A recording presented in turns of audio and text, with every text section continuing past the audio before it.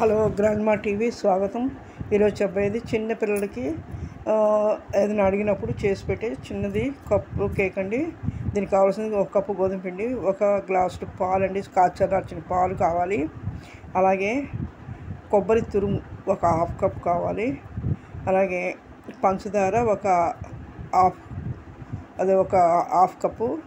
దాంట్లోనే 3 యాలకులు వేసి మిక్సీలో వేసి మెత్తగా పట్టాలి, పిండి పట్టుకోవాలి. పిండి పట్టిన దాన్ని మనం ఒక బౌల్లోకి గోధుమని జల్లించిన గోధుమ పిండి, పాలు, ఈ పంచదార 3 కలపాలి.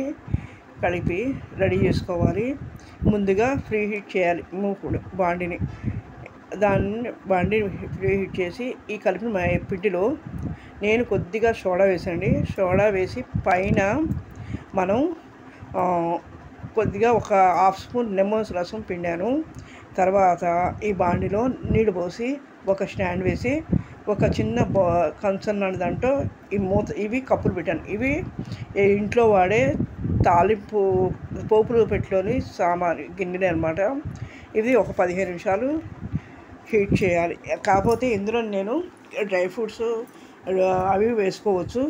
ఫ్రూటీ కూడా వేసాను. మీకు కావాలంటే వేసుకోవచ్చు, లేదంటే మానేయచ్చు. ఇవి 15 నిమిషాల తర్వాత ఆపేసిన తర్వాత రెడీగా ఉంటాయి. వీటిని చాకుతోటి చుట్టూ ఇచ్చేసి కదిపి అప్పుడు మీరు చల్లారిన తర్వాత వీటిని చాకుతో ఓపెన్ చేయాలి. చుట్టూ చాకుతో కదితే ఓపెన్ అవుతాయి. దాన్ని ఒక బౌల్లోకి తీస్తే కేక్ రెడీ అవుతుందండి. దీనివల్ల ఎలాంటి ఇబ్బంది ఉండదు.